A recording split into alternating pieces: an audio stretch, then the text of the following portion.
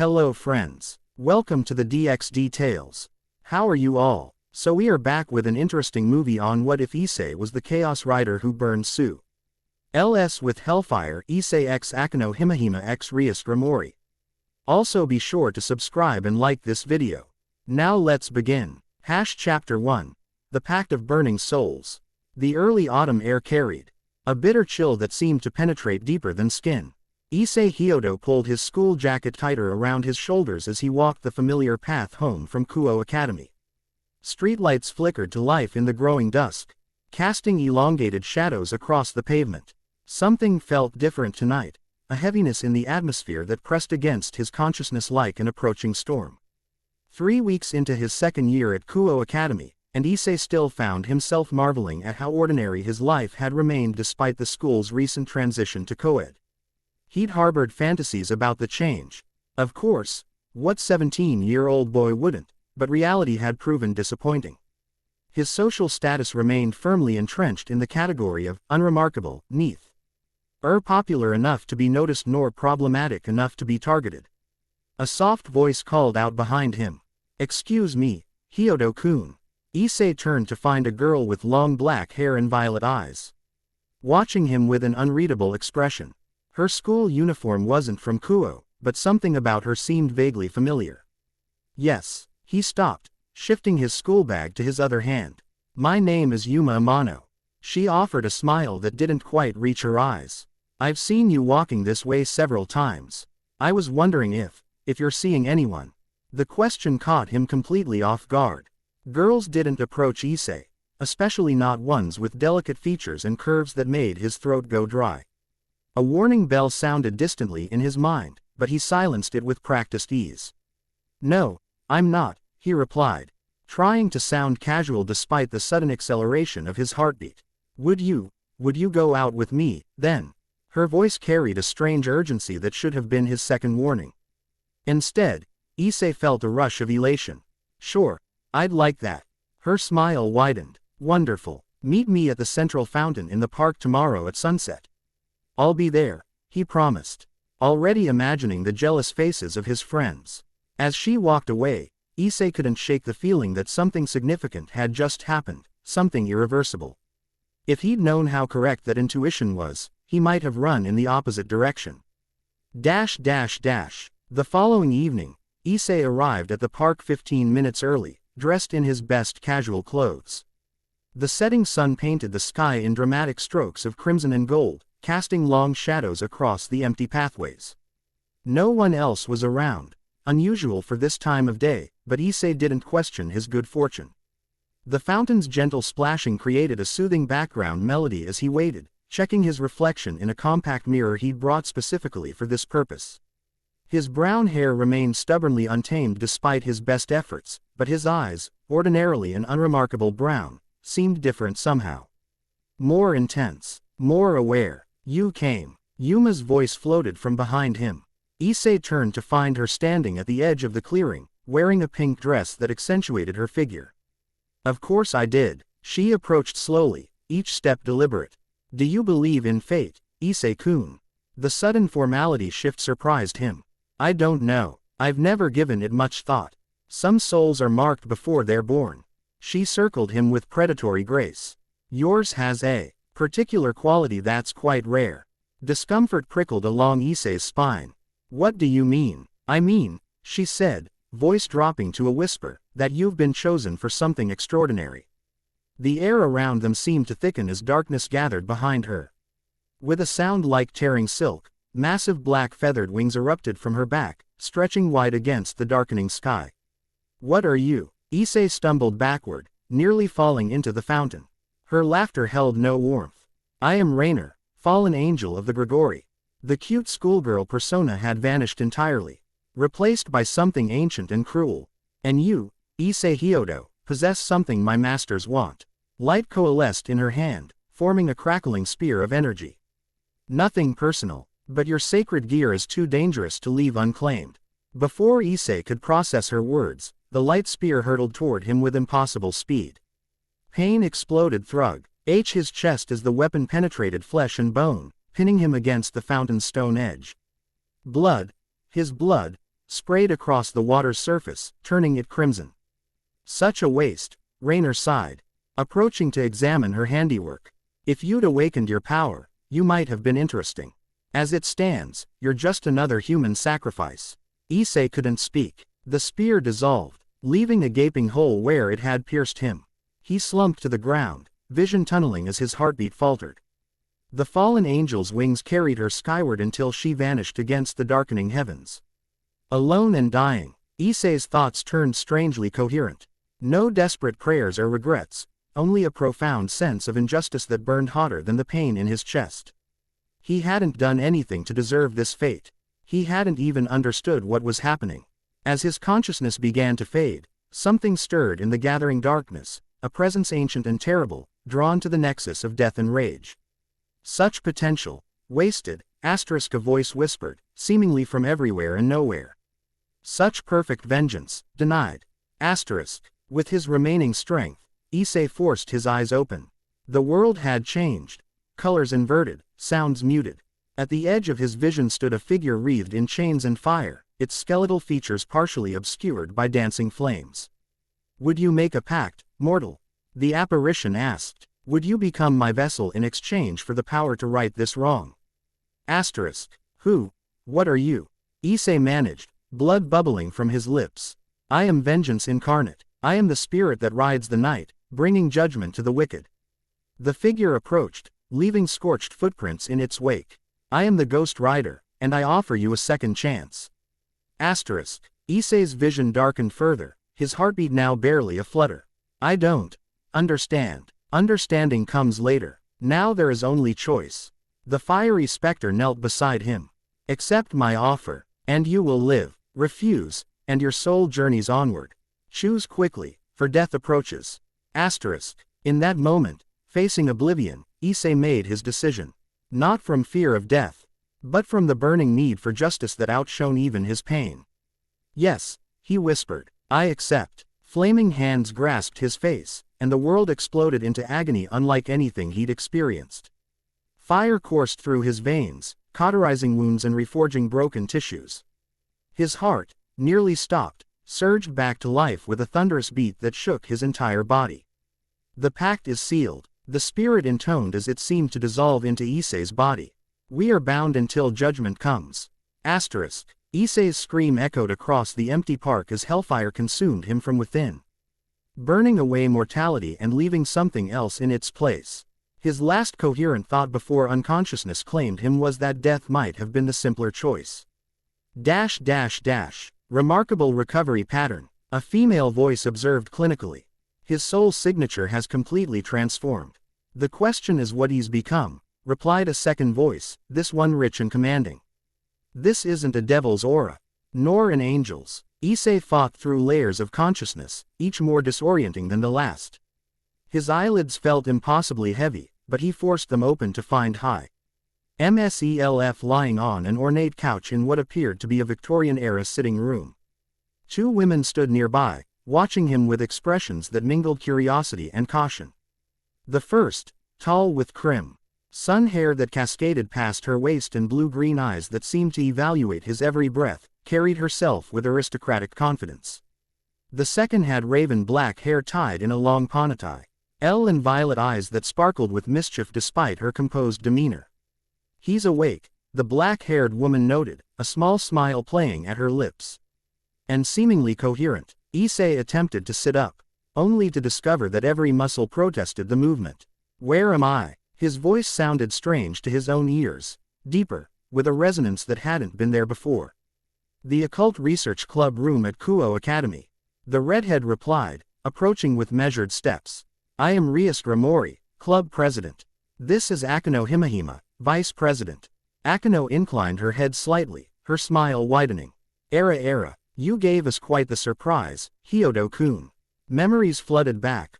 Raynor, the light spear, his death, and the fiery spirit's offer. Issei's hand flew to his chest, expecting to find a gaping wound. Instead, he encountered unbroken skin beneath his torn and bloodied shirt. "I was killed," he stated flatly. "Yes," Rias confirmed without hesitation. "By a fallen angel, if our analysis is correct. Yet here you are, very much alive and changed. Issei looked down at his hands, half expecting to see flames dancing across his skin. What happened to me? We were rather hoping you could tell us. Rias responded, seating herself across from him. We detected a massive energy surge in the park, something ancient and powerful that we couldn't identify. When we investigated, we found you unconscious but rapidly healing, with a most unusual aura signature. Something shifted within Issei, a presence both separate and integral to his being, watching through his eyes. I made a deal, he said slowly, testing the words, with something that called itself the Ghost Rider. Akeno's eyebrows rose, and she exchanged a meaningful glance with Rias. The spirit of vengeance. That's unexpected. You know what it is? Issei asked, surprise momentarily overriding his disorientation. We know the legends, Rias clarified. A primordial entity that judges the wicked and punishes the guilty. Not angel, devil, nor god, but something that predates those distinctions. She leaned forward, eyes intense. What exactly were the terms of your agreement? Before Issei could answer, heat surged through his veins, a warning from the spirit within. I don't think it wants me to say. Akeno laughed softly. How fascinating. It seems your new roommate is the jealous type. Rias stood, smoothing her school skirt with practiced elegance. Hyodo-kun, there's something you should know about us. With a subtle shift in the air's pressure, bat-like wings unfurled from her back. Akeno and I are devils, high-class devils from the Gremory and Himejima clans, respectively. Rather than shock, Issei felt a strange resonance within, the spirit recognizing kindred supernatural beings. Are you going to try to kill me too? He asked, tension coiling through his muscles despite their protests. Quite the opposite, Rias replied, her wings vanishing as quickly as they had appeared. I'm offering you protection. Whatever you've become, you're now part of the supernatural world, and that comes with dangers you're unprepared for. Especially since the fallen angels clearly have an interest in you, Akeno added, her playful tone belying the seriousness of her words. Issei considered their offer, aware of the spirit's presence evaluating alongside him. What's the catch? Rias smiled, apparently pleased by his perceptiveness. Normally, I would offer to reincarnate you as a devil in my peerage, my personal retinue. However, your current condition makes that impossible. Instead, I propose an alliance. You join the Occult Research Club as our special consultant, and we provide knowledge, training, and protection. And if I refuse, then you walk out that door a free man. She answered without hesitation. But you do so alone, facing enemies you don't understand with powers you can't control. The pragmatism of her offer resonated with Issei's situation. He had no idea how to navigate this new reality or control whatever abilities he'd acquired. Moreover, something about these two women, their confidence, their power, their directness, drew him in despite his wariness. All right, he decided, I accept your offer of alliance. Rias extended her hand. Welcome to the Occult Research Club, Issei Hyodo. When their hands met, a spark of crimson energy danced between them. Startling both, Akeno's delighted laugh broke the tension. My, this promises to be most entertaining. 3 days later, Issei found himself in the old school building after hours. Facing an unlikely training partner. Kiba Yudo, Kuo Academies, Prince Charming, balanced a European sword with practiced ease, his perpetually pleasant expression firmly in place despite the sweat beading on his forehead. Again, Kiba instructed, raising his blade. Focus on channeling the energy to your limbs rather than outward. Issei nodded, centering himself as Rias had taught him. The spirit within remained dormant during daylight hours, but its power remained accessible, a constant heat beneath his skin that responded to his will when properly directed. He lunged forward with enhanced speed, aiming a strike at Kiba's midsection. The blonde devil parried effortlessly, countering with a slash that Issei barely avoided. Better, Kiba acknowledged. Your movements are becoming more fluid. But you're still thinking too much, telegraphing your intentions. From her position against the wall, Akeno observed with evident amusement. Era, Issei. Kun moves well for someone who's only just discovered his abilities. Her comment momentarily distracted Issei, allowing Kiba to sweep his legs and send him crashing to the floor. The swordsman offered a hand up with an apologetic smile. Rule 1. Never lose focus during combat, he advised. Issei accepted the help, noticing how the fall had barely hurt. His body's resilience had increased drive. Automatically since the transformation, minor injuries healing almost instantly. I think that's enough physical training for today, Rias announced, entering the room with a stack of ancient-looking books. It's time we addressed the theoretical aspects of your condition. She placed the volumes on a nearby table and selected the topmost one, a leather-bound tome with symbols burned into its cover.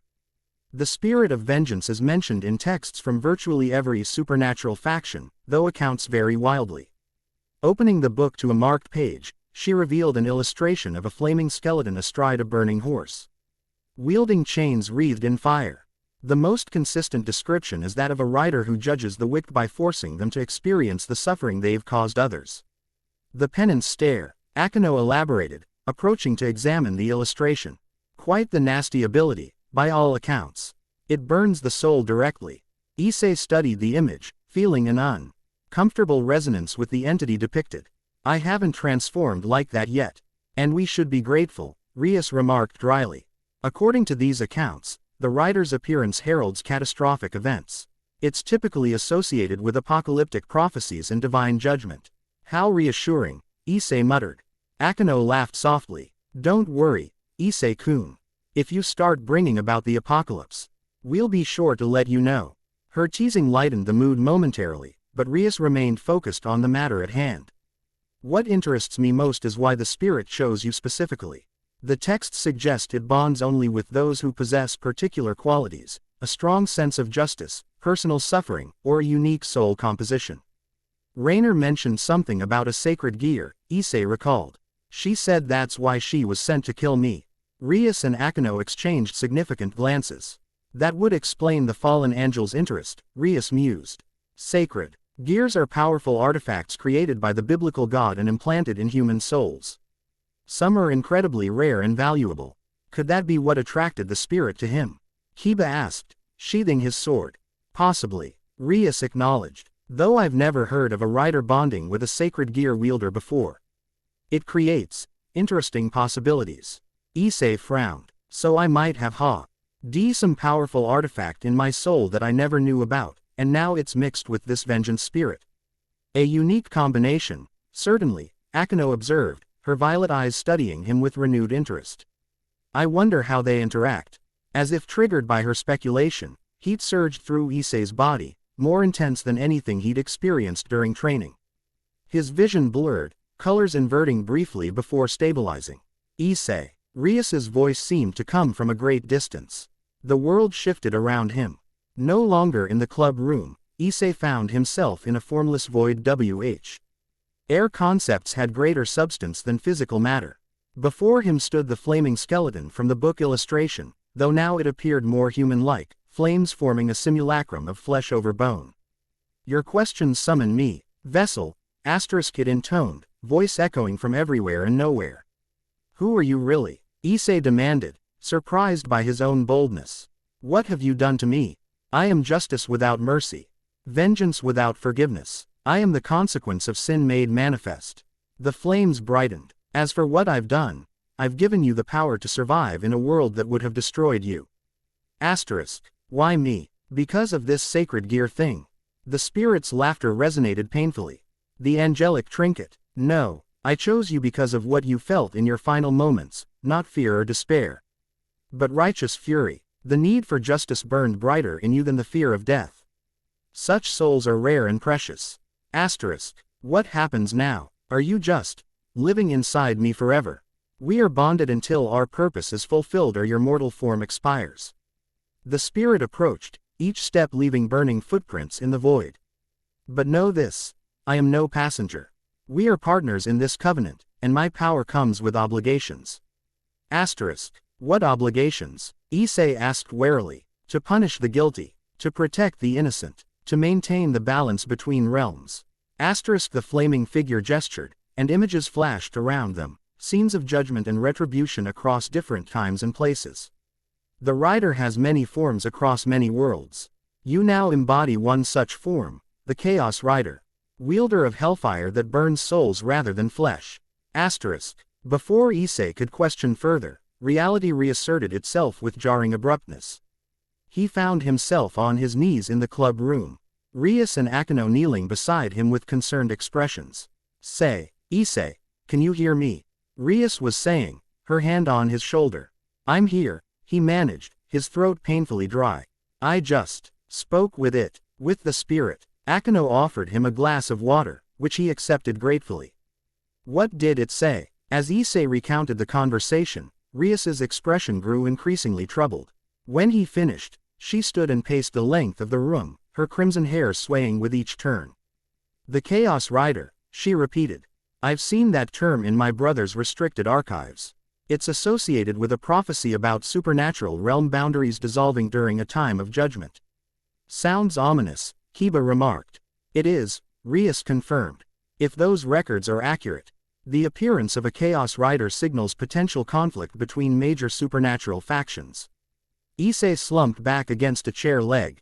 Great, so not only am I possessed by an ancient spirit of vengeance, but I'm also some kind of supernatural doomsday warning. Look on the bright side, Akeno suggested, her smile returning. At least you're not boring anymore. Despite himself, Issei laughed. A short, surprised sound that relieved some of the tension. I guess that's true. Rias stopped pacing and faced him with newfound resolve. This changes our approach. You need to master these abilities quickly, both for your safety and everyone else's. How? I can barely make my punches stronger, let alone control Hellfire or whatever else this spirit can do. The same way anyone masters a new skill, she replied. Practice, guidance, and practical application. Practical application, Issei echoed uncertainly. Rias smiled, and for the first time, I glimpsed the predator beneath her refined exterior. Indeed, I believe it's time you had your first official assignment as a member of the Occult Research Club. The abandoned warehouse district, court at the edge of Kuo City existed in a strange liminal space, technically within city limits but functionally forgotten by most residents. Crumbling concrete structures loomed against the night sky, their windows dark hollows like empty eye sockets. Issei crouched on a rusted fire escape, surveying the central courtyard where Rias had indicated their target would appear. Akeno knelt beside him, her school uniform replaced by a traditional Miko outfit that somehow enhanced rather than diminished her dangerous allure. Nervous, Issei-kun, she whispered, close enough that her breath tickled his ear. A little, he admitted. There seemed little point in lying to someone who could probably sense his elevated heartbeat. Her soft laugh sent an unexpected shiver down his spine. Good. Fear sharpens the senses. Just remember, we're here to observe and evaluate. Rias wants to see how your abilities manifest under pressure. And if things go wrong.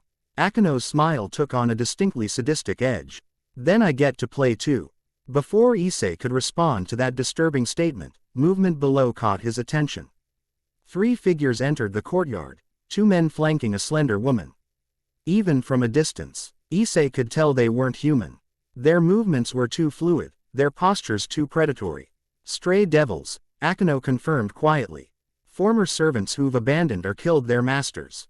They typically devolve into beasts that prey on humans to absorb their life force. As if to illustrate her point, the woman's form began to shift, limbs elongating, torso expanding. Until she resembled a grotesque centaur with a human upper body and a bestial lower half. Her companions underwent similar transformations, becoming misshapen parodies of humanity. They're meeting someone, Issei observed as the creatures arranged themselves in a loose semicircle, facing the largest warehouse. A new figure emerged from the shadows, humanoid but unnaturally tall, with wings that identified him as a fallen angel. Unlike Rainer's elegant appearance, this being's features were harsh and angular, his wings ragged as if poorly maintained.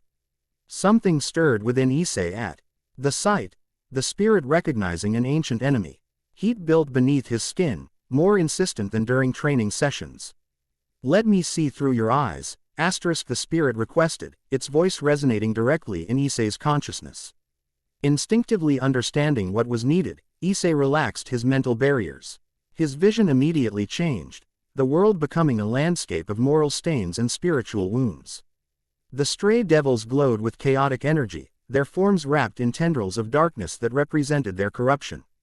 But it was the fallen angel who truly captured the spirit's attention. Beneath his physical form, Issei could perceive countless sins etched into his very essence: violence, betrayal, pride, and cruelty layered over millennia of existence.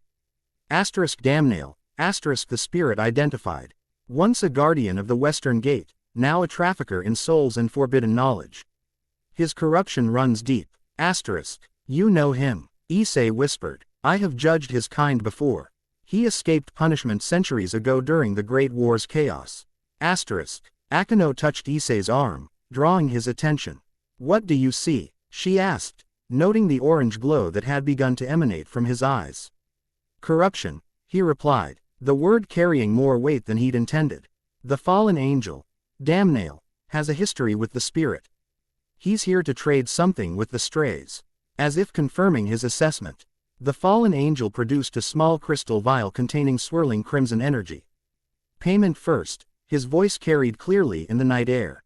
The largest stray devil approached, offering a cloth-wrapped bundle. 3 human essences, harvested at the moment of death as requested. Damnale examined the contents, his face illuminated by a sickly glow emanating from within the bundle. Acceptable. Now for your reward, demon essence distilled from a prince of the Astaroth clan. This will accelerate your evolution significantly. The heat within Issei intensified to near unbearable levels. These creatures were trading in human souls, an abomination that triggered both his human morality and the spirit's ancient purpose. They must be punished, the spirit insisted, its presence expanding within Issei's consciousness. We should report back to Rias, Akeno whispered. This is bigger than a simple stray devil hunt. Issei knew she was right, but something fundamental had shifted within him. The boundary between his consciousness and the spirit's blurred as shared purpose aligned them more completely than ever before. They're trafficking human souls, he stated, his voice deepening as the spirit's influence grew. I can't just watch. Akeno's eyes widened as flames began to dance across Issei's skin. Issei-kun, wait, too late. The transformation that had been building since they arrived erupted with volcanic force. Flesh burned away, revealing bone that blackened but did not consume. Hellfire cascaded over Issei's form, remaking him into something both less and more than human. The Chaos Rider rose to its full height, skull wreathed in flames that cast no light yet illuminated sin. Chains materialized around its forearms, forged from the same otherworldly fire that constituted its form. With a sound like the wail of damned souls, the rider leapt from the fire escape, landing in the courtyard with impact enough to crater the concrete beneath its feet. Damnale, it spoke, Issei's voice layered with the spirit's ancient tones. Your judgment comes. The fallen angel recoiled, recognition and terror warring in his expression. Impossible. The riders were bound after the Great War. Death cannot contain vengeance, the rider declared, advancing with inexorable purpose.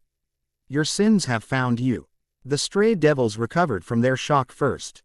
Charging with feral roars, the rider met them with contemptuous ease, hellfire chains lashing out with precision to entangle the nearest attacker.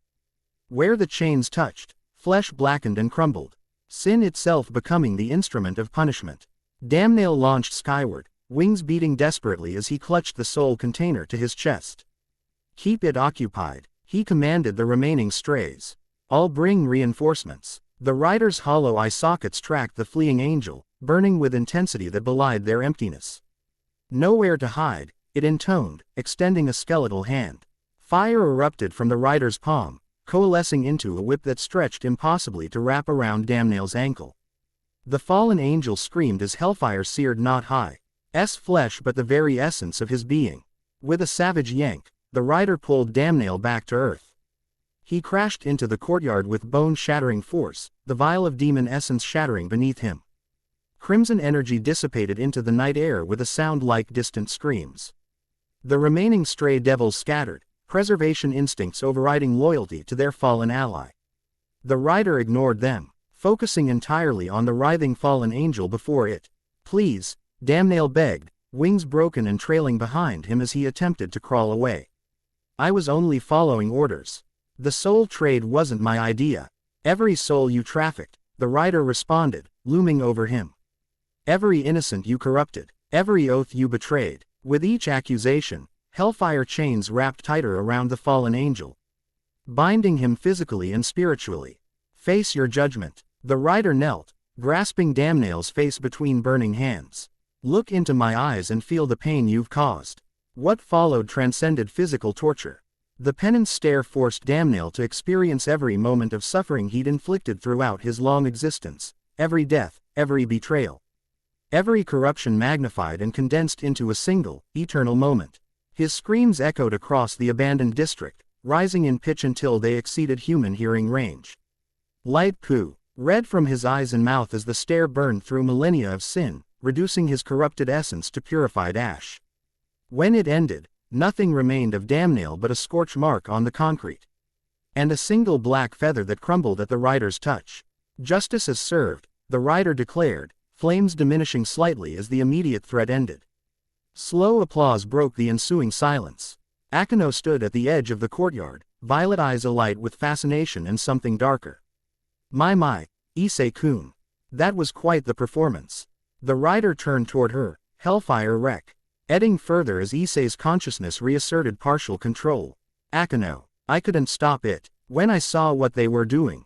No need to apologize, she interrupted, approaching without apparent fear. That was magnificent. Terrifying, certainly, but magnificent nonetheless. The flames continued to recede until Issei's human features became visible beneath, like a mask half removed. Everything he did, every soul he corrupted, every life he destroyed. It was overwhelming. Akeno reached out slowly, her fingers hovering near the flames that still crowned his head. May I be? Before Issei could warn her about the danger, she touched the Hellfire directly.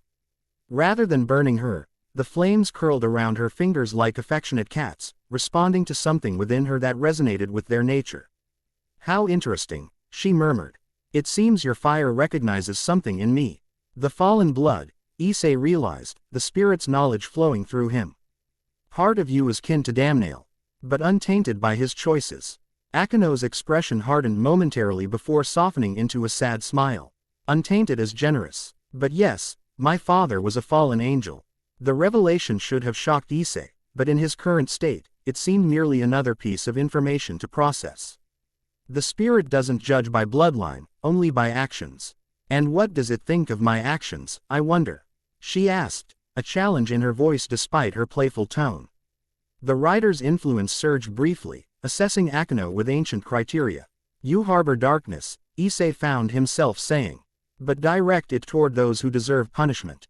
Your soul bears scars but remains fundamentally just. Her laughter held genuine surprise. What a uniquely flattering way to be evaluated. She withdrew her hand from the flames, which seemed reluctant to release her. We should return to Rias. She'll want a full report on your debut. The mention of Rias Trig. Read Issei's memories of her instructions, observe only, do not engage. He had comprehensively failed his first assignment. She's going to be furious, he realized as the transformation continued to recede. Leaving him fully human once more. Furious, perhaps initially, Akeno conceded. But also impressed, I think. You've eliminated a significant threat and demonstrated abilities beyond what any of us anticipated. Her smile turned mischievous. Besides, Rias appreciates initiative, especially when it yields results. Exhaustion crashed over Issei as the last embers of Hellfire faded, leaving him swaying on his feet. Akeno caught him before he could collapse, her surprising strength supporting him effortlessly. The first transformation is always the most draining, she observed, helping him toward the warehouse district's edge. The boundary between your consciousness and the spirits will stabilize with practice. You sound like you've seen this before, Issei noted, leaning on her more heavily than he'd intended. Akeno's expression turned thoughtful. Not exactly this, no. But power that demands payment from its wielder. That I understand intimately. Something in her tone prevented further questions. They made their way back toward Kuo Academy in companionable silence, the night air cool against Issei's superheated skin. Despite his exhaustion, Issei felt strangled. Why complete? As if the transformation had aligned pieces of himself that had previously been disjointed. The spirit's presence remained active in his consciousness, no longer a separate entity but a partner in a shared purpose. We did well tonight, it acknowledged. The wicked were punished, and innocent souls freed from bondage. Is it always going to be like that? Issei asked internally. The fire, the chains, the stair. The form adapts to the vessel, * the spirit explained. * in time, you will develop your own manifestation of our shared power, one that reflects your nature as much as mine. * The implications of that statement would require further consideration when Issei wasn't struggling to remain conscious. For now, he focused on putting one foot in front of the other, grateful for Akeno's supporting presence beside him. Rias Gremory's reaction to their report was everything Issei had feared and nothing he'd expected. She listened in complete silence, seated behind the ornate desk in the club room with fingers steepled before her face. When Akeno finished recounting the confrontation with Damnail, Rias remained motionless for several long moments. So, she finally said, her voice carefully neutral. You directly engaged a fallen angel lieutenant and 3 stray devils despite explicit instructions to observe only. Issei, still recovering from the transformation's aftermath, managed to straighten in his chair. Yes, I take full responsibility for the decision. The spirit influenced you, she pressed. It showed me what they were doing, but the choice to act was mine, Issei admitted. I couldn't just watch them trafficking human souls. Rias's expression softened fractionally. I understand the impulse, Issei. But you must understand the political implications. Eliminating a fallen angel of Damnail's rank will not go unnoticed by the Gregory leadership. Will they retaliate? Akeno asked, surprising Issei with her concerned tone. Not directly, I think. Rias rose, moving to the window that overlooked the school grounds. Damnail was operating unsanctioned, based on your description. Governor Azazel maintains a strict policy against soul trafficking. Then what's the problem? Issei asked. Rias turned, moonlight silhouetting her figure dramatically. The problem, Issei, is that you've announced your presence to the Supernatu Raw world in the most spectacular way possible. The Chaos Rider executing judgment in Devil territory sends a powerful message that will attract attention from all factions. Understanding dawned. Why? We're worried about me becoming a target. I'm worried about all of us, she corrected. My family has responsibility for Kuo Town. If supernatural conflicts escalate here because of the Rider's activities, it reflects poorly on House Gremory. Guilt settled in Issei's stomach. I didn't think about that. No, you didn't, Rias agreed, but without rancor. However, what's done is done. We must adapt our strategy accordingly. She returned to her desk and retrieved a folder containing photographs and documents. These are reports of unusual activities throughout the region, missing persons, unexplained phenomena, potential supernatural sightings. I had intended to introduce you to investigation work gradually, but circumstances have changed. Spreading the materials across her desk, Rias continued. If the supernatural world believes the Chaos Rider is active in Kuo, then we shall ensure they understand it operates under the auspices of House Gremory. You want to use me as a deterrent, Issei realized. I want to channel your abilities in productive directions, she countered. The spirit within you requires justice and vengeance. Those are currencies I can provide in Abu. And dance while serving my house's interests. The pragmatism of her approach impressed Issei almost as much as her adaptability. Where he had expected punishment, she offered partnership, albeit on terms that served her purposes. What exactly would this entail? He asked. You become our specialist in judgment cases, Rias explained.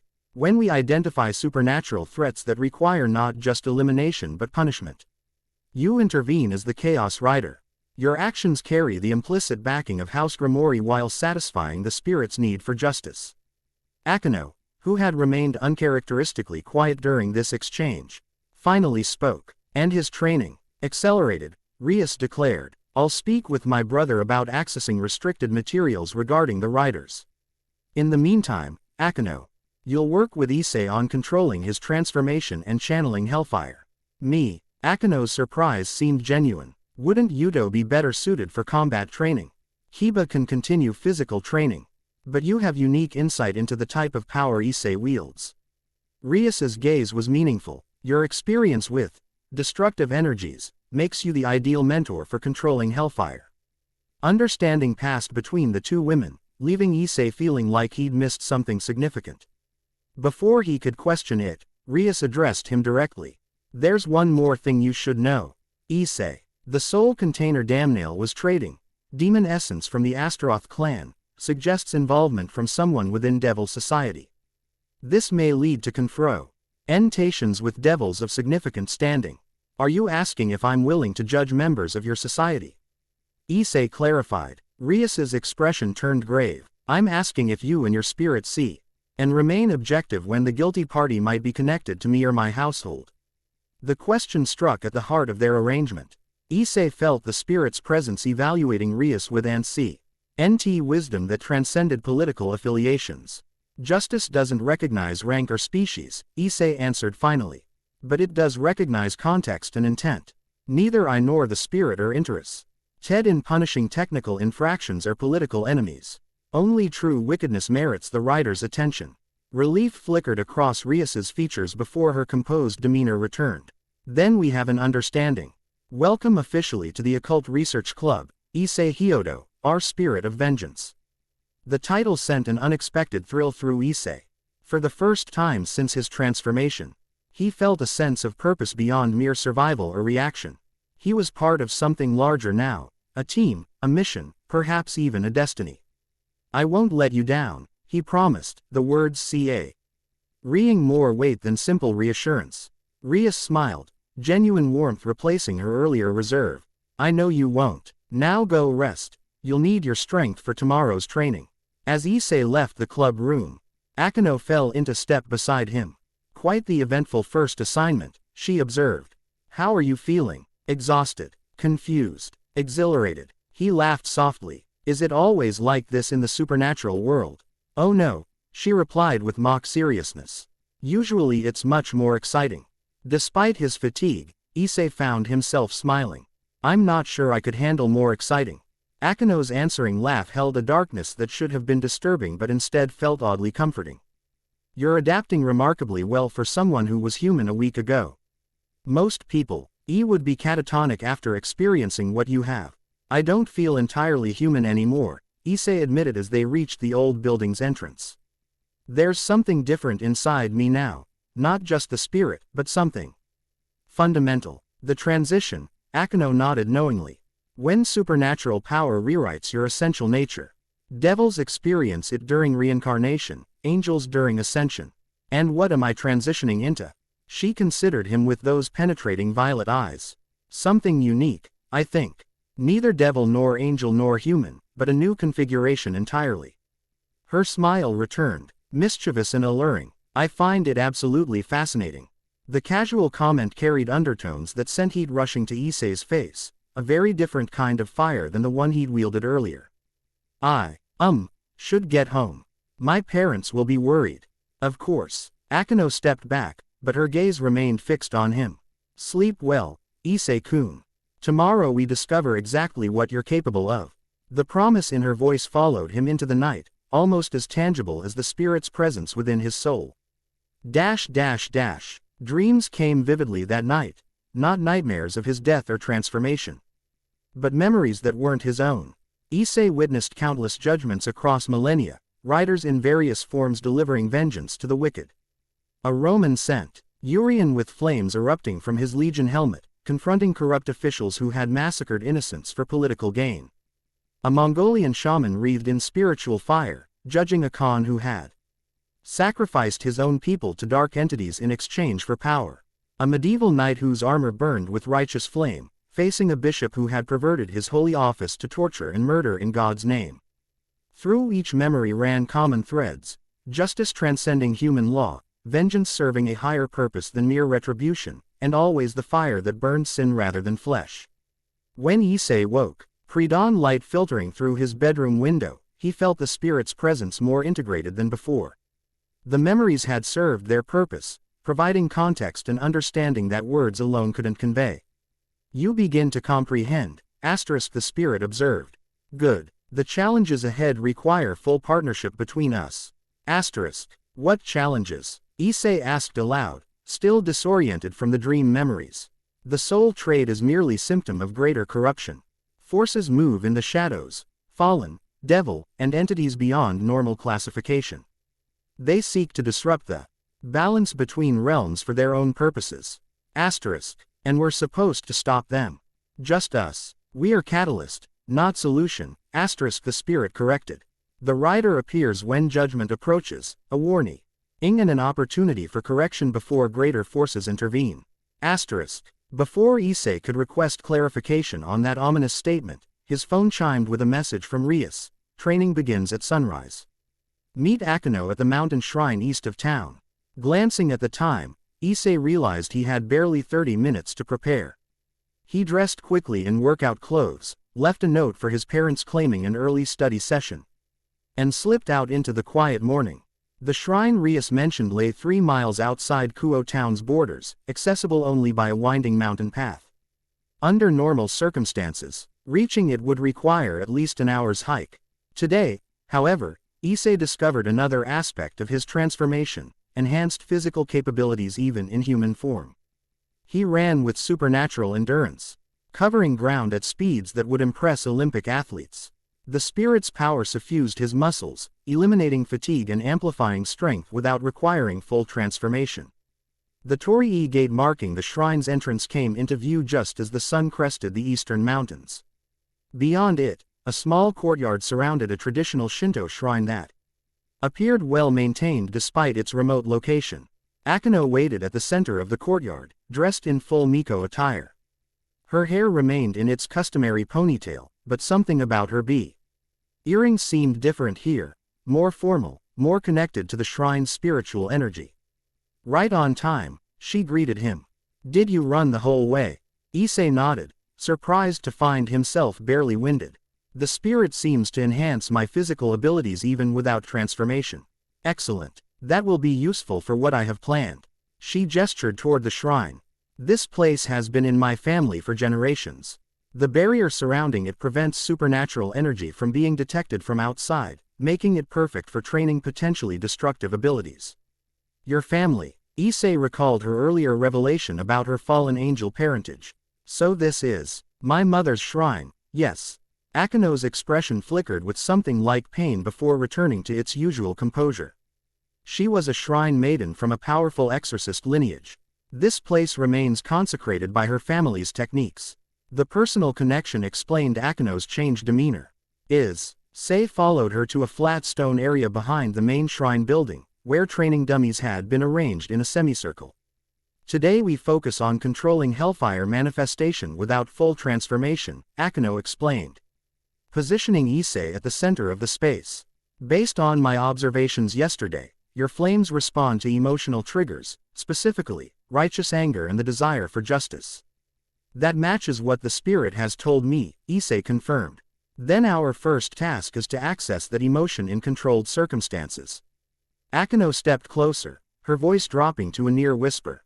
Close your eyes and remember how you felt when you saw Damnale trading in human souls. Issei complied, the memory immediately triggering a response, heat building beneath his skin, concentrated particularly in his hands and chest. Good, Akeno murmured, circling him slowly. Now direct that energy to your right hand only. Visualize the flame responding to your will, contained and controlled. Focusing his attention proved surprisingly difficult. The heat wanted to spread throughout his body, triggering the full transformation.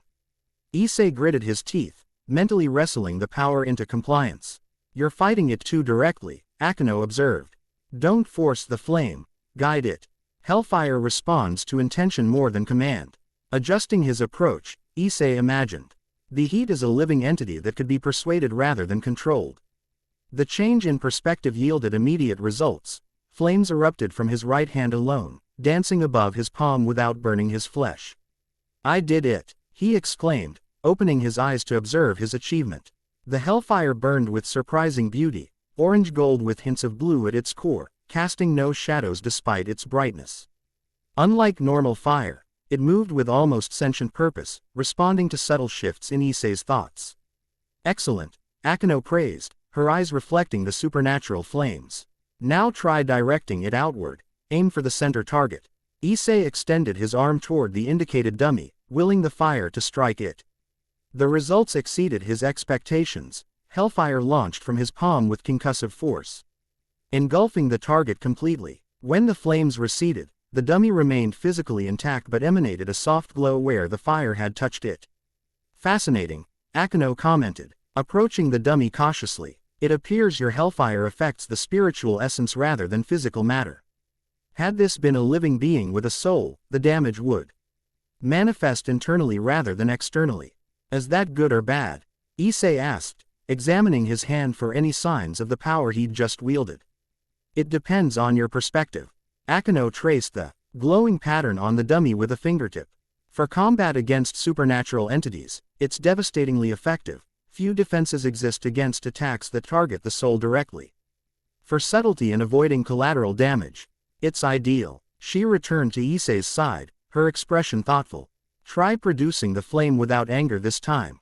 Use a different emotional trigger, perhaps determination or protective instinct. Over the next hour, Issei experimented with various emotional states and their effects on Hellfire manifestation. Anger produced the most powerful flames but the least control. Protective instincts generated steadier fire that could be maintained longer. Determination created precision flames ideal for targeted effects. Throughout the training, Akeno provided guide ants that demonstrated surprising familiarity with manipulating dangerous energies. When Issei finally asked about her expertise, she demonstrated by generating lightning that danced between her fingertips. Holy lightning, she explained, the crackling energy illuminating her features. My heritage gives me affinity for both holy and fallen energies, though I primarily use the former in combat. It's beautiful, Issei observed, genuinely impressed by the golden-white electricity she controlled with such precision. Akeno's smile held an edge of sadness. Beauty and destruction often walk hand in hand, don't they? Perhaps that's why I find your Hellfire so compelling. It embodies that duality perfectly. The observation struck Issei as unexpectedly profound. Since his transformation, he viewed the rider's abilities primarily as weapons or tools. Akeno's perspective suggested something more complex, power that contained inherent meaning beyond its practical applications. I never thought of it that way, he admitted. Most power users don't, she replied, dissipating her lightning with a casual gesture. They focus entirely on utility and control, missing the deeper significance of what they wield. Her violet eyes met his directly. But you can't afford such narrowness. The Chaos Rider's power is fundamentally symbolic. It carries meaning that transcends mere destruction. Like what? Purification through trial, revelation of hidden truths, transformation of essence. Akeno listed these concepts with the confidence of someone well-versed in mystical theory. Your Hellfire doesn't just punish, it reveals, transforms, and occasionally redeems. The spirit stirred within Issei, resonating with her assessment. She understands better than most, it acknowledged. Her dual nature gives her perspective few possess. Training continued until midday, by which point Issei could reliably manifest Hellfire in various forms, from concentrated flames for precision strike to widespread bursts for area effects. Throughout the exercises, Akeno pushed him to consider not just how to use the power, but why and to what end. Power without purpose is merely destruction, she explained as they took a break beneath a cherry tree near the shrine. The rider exists for judgment, yes, but judgment itself serves a greater purpose in maintaining cosmic balance. Issei leaned against the tree trunk, exhausted but exhilarated by his progress. You sound like you've studied this extensively. I've always been fascinated by powers that exist outside the conventional hierarchies, Akeno admitted, sitting beside him with uncharacteristic casualness. Devils, angels, fallen, they all operate within established frameworks. But entities like the spirit of vengeance, they NSWER to something older and more fundamental. What does Rias think about that perspective? Akeno laughed softly. Rias is a pragmatist at heart. She respects power systems but ultimately judges them by their utility in achieving her goals. Her expression grew more serious. Don't misunderstand. She's extraordinarily compassionate for a high-class devil. But she was raised to think in terms of advantages and liabilities. And which am I? Issei asked, surprising himself with his boldness. Initially, a liability with potential. Akeno's smile returned, teasing and enigmatic. Now, you're becoming something she didn't anticipate, a wild card that might change the game entirely. Before Issei could pursue this intriguing assessment, his phone chimed with a message from Rias, situation developing downtown. Possible connection to yesterday's incident. Meet at club room immediately. Sharing the message with Akeno, Issei rose with renewed energy despite his earlier fatigue. Looks like training's over for today. Quote, indeed. Akeno's playful demeanor vanished, replaced by the composed vice president of the Occult Research Club. Let's see if your new skills are ready for practical application. As they made their way down the mountain path, Issei felt the spirit's anticipation matching his own, eager to put theory into practice, to deliver judgment where it was deserved. For the first time since his transformation, Issei didn't dread the rider's emergence. Instead, he welcomed the partnership that had already saved his life and given him purpose beyond anything he'd imagined possible. The Chaos Rider was no longer his possessor but his ally, and together, they would bring justice to those who believed themselves beyond its reach. Chapter 1 and Chapter 2, Flames Among Devils. The Occult Research Club room buzzed with tension when Issei and Akeno arrived. Rias stood behind her desk, crimson hair cascading over shoulders held rigid with concern. Before her a city map marked with glowing points of supernatural activity. Kiba and a small white-haired girl Issei hadn't met studied the pattern with focused intensity. 15 minutes ago, our familiars detected a surge of fallen angel energy in 3 locations simultaneously, Rias explained without preamble. The pattern suggests coordinated activity. Issei approached the map, the spirit within him immediately alert. They're responding to Damnail's elimination. More than responding, Kiba noted, tracing lines between the markers. This formation creates a ritual triangle. They're preparing something. The white-haired girl looked up at Issei with expressionless eyes that somehow conveyed immense scrutiny. You smell like fire and death, she observed flatly. Issei, this is Kaneko Tuju, Rias introduced. Our rook and combat specialist. Kaneko nodded once before returning her attention to the map. The ritual sites are positioned around population centers. Maximum casualties if something goes wrong. The clinical assessment sent a chill through Issei. His confrontation with Damnail had clearly triggered a larger response than anticipated. What's our approach? Akeno asked, slipping fully into her role as Rias's lieutenant. Rias straightened. Decision made. We split into teams. Kaneko and Yudo will investigate the western point. Akeno, you'll take the southern position. I'll handle the eastern marker. Her gaze fixed on Issei. You'll accompany me. If we encounter significant resistance, having the rider as a deterrent could prove valuable. Something in our tone suggested this pairing served multiple purposes beyond tactical advantage. Issei nodded his agreement, oddly pleased to be working directly with Rias despite the circumstances. Our primary objective is intelligence gathering. Rias continued. Identify the fallen angels involved, determine their intentions, and report back. Engage only if necessary for self-defense or to prevent immediate harm to civilians. She reached into her desk drawer and withdrew small communication circles marked with the Gremory crest. These will allow us to maintain contact. If anyone discovers something critical or requires assistance, activate it immediately. As the others prepared to depart, Rias held Issei back with a light touch on his arm. A moment, please. When they were alone, her formal demeanor softened slightly. How was training with Akeno? Productive, Issei replied. I can manifest Hellfire without full transformation now, though maintaining control requires concentration. Good. That versatility will be essential moving forward. She hesitated, something uncharacteristically vulnerable flickering across her features. Issei, there's something you should understand before we proceed. He waited, struck by how the afternoon light transformed her hair into living flame. The actions we take today will have consequences beyond the immediate situation, she explained.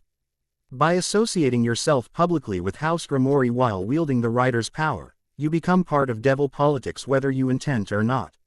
You're worried about how other devils will react, Issei surmised. Some will see strategic advantage. Others will perceive threat or sacrilege. Her blue-green eyes held his steadily. The spirit of vengeance has historically maintained neutrality between supernatural factions. By aligning with me, you alter that balance. The implication was clear. Their partnership carried risks for both of them. Yet Rias hadn't hesitated to form it despite these complications. I understand, Issei assured her, but I made my choice. The spirit and I both accept the consequences. Relief softened her expression. Then let's proceed. Our target is an abandoned church in the Eastern District, a location with historical significance to fallen angels in this region. As they left the academy grounds, Issei found himself studying Rias with new appreciation. Beneath her composed exterior lay strategic brilliance and unexpected depths he was only beginning to glimpse. The spirit stirred within him, equally intrigued. She plays a longer game than appears on the surface, it observed. Her interest in us extends beyond our immediate utility. Is that good or bad? Issei asked internally. Neither. It simply is. Devils always act from multiple motivations. The interesting question is which eventually predominates. This perspective gave Issei something to consider as they made their way through Kuo Town's winding streets toward their destination.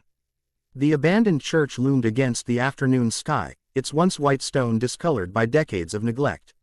Stained glass windows depicting biblical scenes remained largely intact, though dulled by grime and occasional cracks. A weathered cross hung precariously above the main entrance, tilting as if attempting to distance itself from the corruption within. Rias and Issei observed from the shelter of a nearby copse of trees, evaluating the situation before approaching. 3 distinct auras inside, Rias noted, her senses far more refined than Issei's developing abilities. 2 fallen angels and something unusual. Not quite human, but not fully supernatural either. Issei focused, allowing the spirit's perceptions to sharpen his own. Through this enhanced awareness, he detected what Rias had sensed. 2 bright points of fallen energy and a third presence that flickered oddly, as if existing partially in another realm. How do you want to approach? He asked. Rias considered the building's layout. There's a side entrance through the old rectory. It should allow us to observe without immediately announcing our presence. They circled the church grounds, moving with supernatural silence. Rias disabled the simple boundary spell protecting the perimeter with a casual gesture that nonetheless impressed Issei with its precision. The rectory door yielded to Rias's touch, swinging open without the expected creak of neglected hinges. Inside, dust-covered abandoned furniture and religious texts, undisturbed save for a clear path of footprints leading toward the main sanctuary. Following these tracks brought them to a partially opened door through which flickering light spilled. Voices carried clearly, 1 female, 1 male, both carrying the distinctive harmonic resonance of fallen angels. Absolutely certain the rider eliminated Damnale. The female voice demanded. There's no question, her male companion replied. Our informant described it perfectly, the flaming skull, the chains. The penance stare. Damnale was reduced to ash. After all the effort we put into the soul trade operation, the female lamented. 2 years of careful groundwork, destroyed in minutes. The question is whether the rider acted independently or under devil direction, the male mused. Historically, riders remain neutral in faction conflicts. Nothing remains historical these days. A third voice interjected, raspy and distorted, seemingly coming from multiple directions simultaneously. The prophecy accelerates. Boundaries thin. The chaos cycle begins anew. Rias and Issei exchanged glances.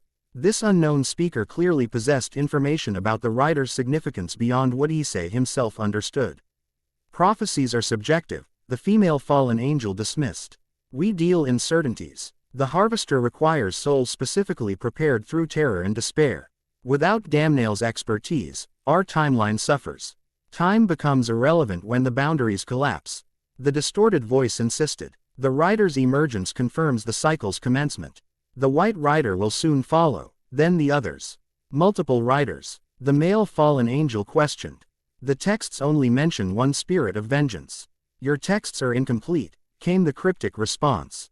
The Chaos Riders number 4 when the cycle reaches completion. Black flame, white fire, red blood, and pale death. Together, they herald judgment upon all realms.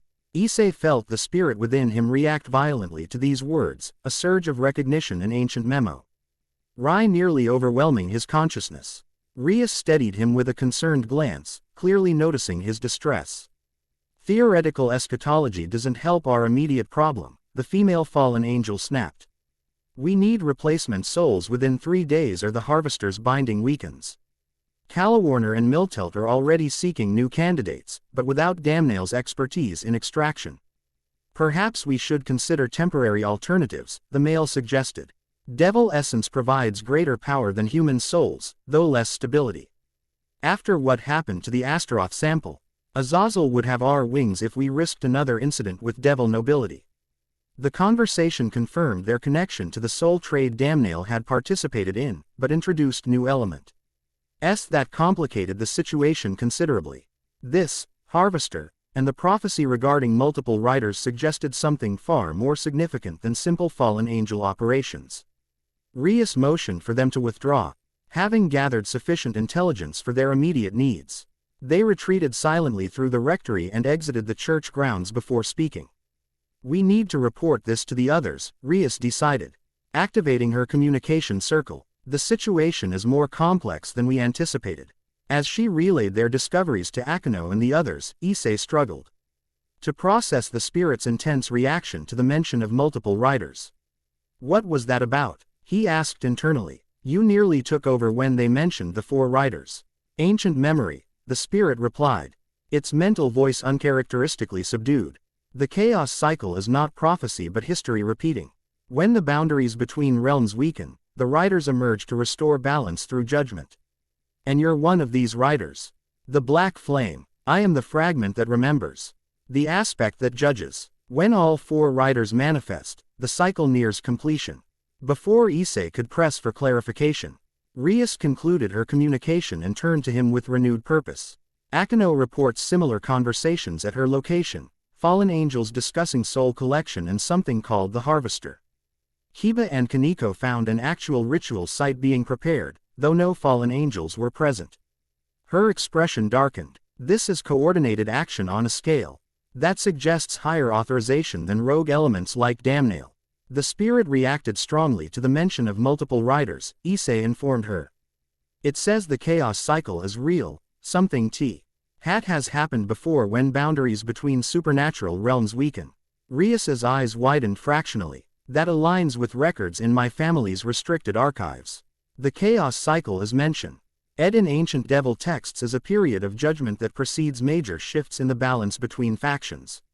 So what's our next move? We need more information about this harvester and its connection to the soul trade. Rias's tactical mind worked visibly behind her composed expression. But more urgently, we need to understand the rider's role in this emerging situation.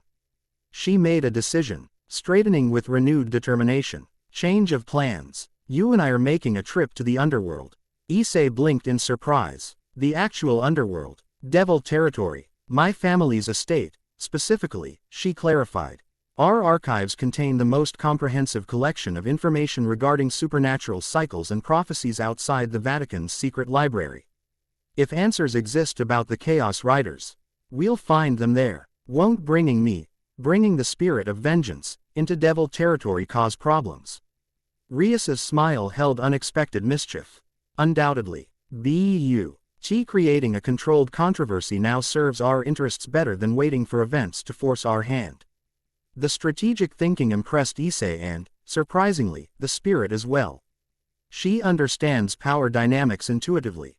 It acknowledged, making our presence official among devils establishes protection through recognition. When do we leave? Issei asked, finding himself oddly eager despite the inherent risks. Tonight, Rias decided, after we consolidate information from all 3 investigation teams. I'll make arrangements for our arrival to be, appropriately formal. Something in her tone suggested that, appropriately formal, carried significant implications in devil society. Issei suspected he was about to receive a crash course in supernatural politics whether he was prepared for it or not. Issei had expected the underworld to be a realm of fire and brimstone, perhaps caves and tortured souls. The reality proved dramatically different. The Gremory estate led across rolling countryside beneath a purple sky where multiple moons hung in impossible proximity. Renaissance architecture blended seamlessly with fantastical elements that defied human engineering. Limitations. Floating towers connected by bridges of light, gardens where plants responded to nearby emotions, fountains whose water flowed upward before cascading down in choreographed patterns. This is not what I imagined, Issei admitted as they approached the main residence through an avenue lined with trees bearing luminescent fruit. Rias smiled, clearly enjoying his amazement. Devil Society has evolved considerably from the primitive concepts in human religion. We've had millennia to refine our aesthetics and living conditions. They had arrived via a transportation circle in the occult research club room, accompanied by Akeno, whose presence Rias had insisted upon, for protocol reasons. Both women now wore formal attire that marked their status as high-ranking devils. Rias in a gown of midnight blue accented with the Gremory crest, Akeno in deep violet with silver embroidery that complemented her striking eyes. Issei, lacking appropriate underworld fashion, had been outfitted with clothing that Rias described as appropriately neutral yet dignified, black trousers and jacket over a crimson shirt that subtly referenced Gremory colors without claiming affiliation. Remember, Rias instructed as they neared the estate's entrance, you are here as my honored guest, not a servant or subordinate. The distinction matters enormously in Devil protocol. Any other edict, tips before we face the Inquisition? Issei asked, only half joking. Address devils by their titles until invited to use names, Akeno advised. Maintain eye contact without challenging. If someone becomes hostile, allow Rias or me to intervene before responding directly. And most importantly, Rias added, do not transform unless absolutely necessary for survival. The rider's apparank would be considered either a grave insult or a declaration of judgment, depending on the context. The massive doors before them opened without visible mechanism, revealing a grand entrance hall where several devils waited in formal arrangement. At their center stood a man who resembled Rias so closely he could only be a close relative, the same crimson hair, though styled differently, and res that projected authority tempered with unexpected warmth. My brother, Sears Lucifer, Rias whispered before they crossed the threshold. Former heir to House Gremory, now one of the 4 Satan lords who ruled Devil Society. Issei swallowed nervously. No one had mentioned they'd be meeting the devil equivalent of royalty within minutes of arrival.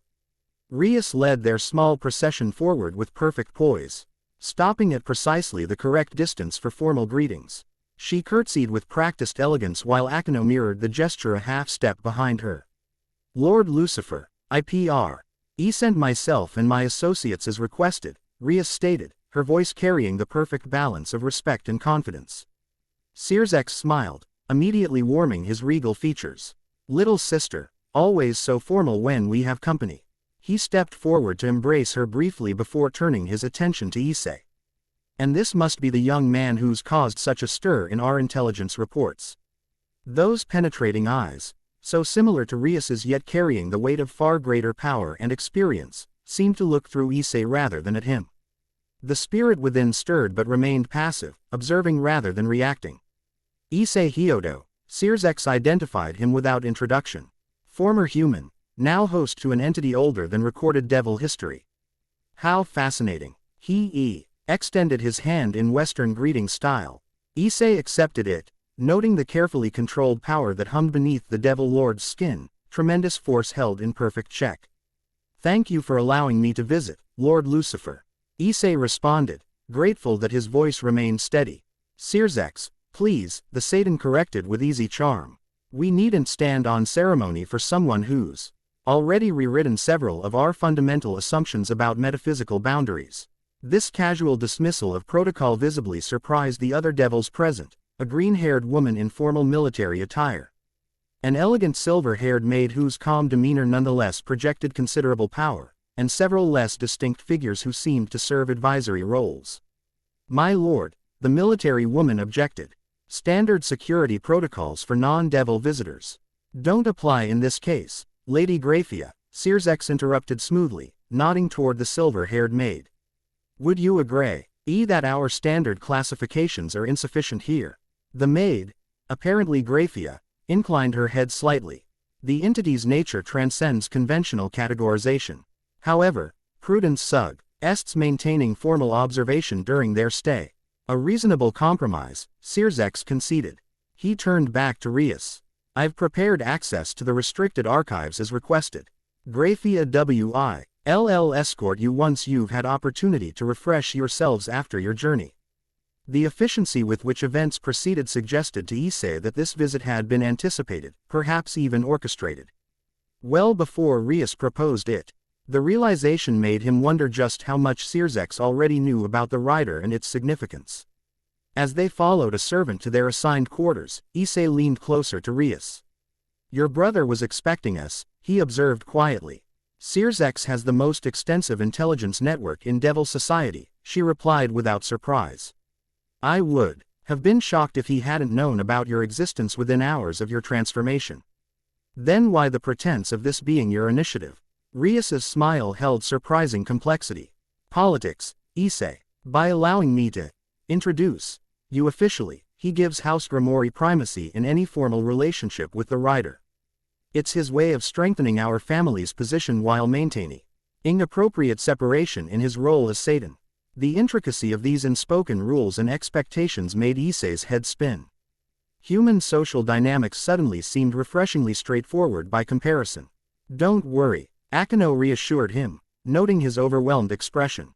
"You're doing remarkably well for someone having their first exposure to High Devil Society. Most visitors spend our first day paralyzed with anxiety or making catastrophic protocol errors. Their assigned rooms proved as opulent as the rest of the estate, spacious chambers with furnishings that combined antique raftsmanship with subtle magical enhancements. Issei's suite included a bedroom, sitting room, and bathing facilities that defied conventional plumbing limitations. After refreshing himself and changing into even more formal attire provided by unseen servants, Issei rejoined Rias and Akeno in a connecting salon. Both women had likewise changed into clothes more suited for academic research than formal reception. "Ready to delve into ancient devil knowledge?" Rias asked, her enthusiasm for the upcoming research evident beneath her composed exterior. "As ready as I'll ever be," Issei replied honestly. "Though I'm not sure what I'm supposed to be looking for. Information about the chaos cycle and the 4 riders mentioned in the church," she explained. "Particularly anything connecting them to soul harvesting or boundary weakening between realms." Grafia arrived to escort them through the labyrinthine corridors of the Gremory estate. Her perfect posture and measured steps gave nothing away about her personal thoughts regarding their unusual research mission. "Lord Lucifer has granted you highest-level access to the ancestral archives," she informed them as they descended a spiral staircase that seemed to extend impossibly far below the main structure.